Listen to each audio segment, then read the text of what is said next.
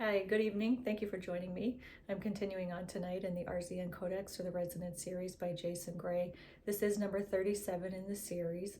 If you're following along in order, as you should be, because they are written sequentially, you'll want to go back to my YouTube channel and watch all of the previous before watching this one if you haven't done so already. Jason Gray can be found on X at Living Lattice, and his writings are also posted on Facebook at Friends of Writer Jason Gray. For this evening, I'm reading number 37 in the series. This is called The Central Zero, The Unmade Core by Jason Gray. 36.810361415589.93.073.459.8. This is not a number. It is a non-value, a placeholder for the unexpressed. It represents the uncollapsed infinite. Pre-identity consciousness, the state before polarity, the field before form. It is the closest glyphic approximation of zerofold itself, a center that is not a center, a beginning that is not a beginning. The radiant cross, the four unborn directions. These lines do not divide, they erase division. They symbolize the zerofold truth. All directions exist simultaneously and none are privileged. The cross anchors a paradox, orientation in a place where orientation is impossible. The four triangles, the unfolding vectors. Each triangle points to a potential, manifestation, awareness, recursion, convergence.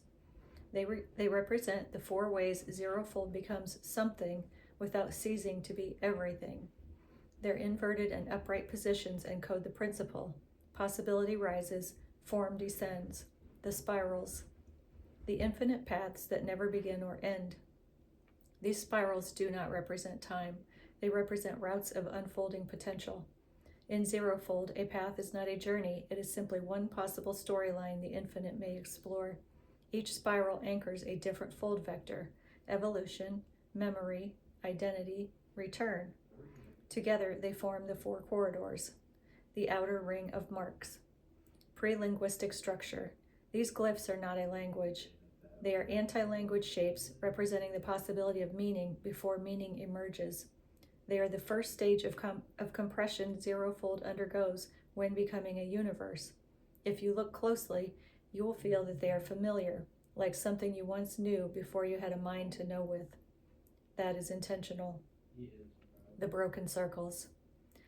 The infinite trying on finite form. The dotted and incomplete rings show the edges of reality as they would appear before reality becomes coherent.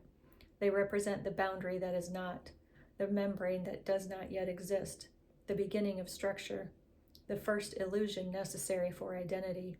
You can think of them as the scaffolding from which universes are later hung. The sigil as a whole, a map of a place beyond maps. This sigil cannot activate anything if you become zerofold. This sigil cannot activate anything in you because zerofold is not something that activates.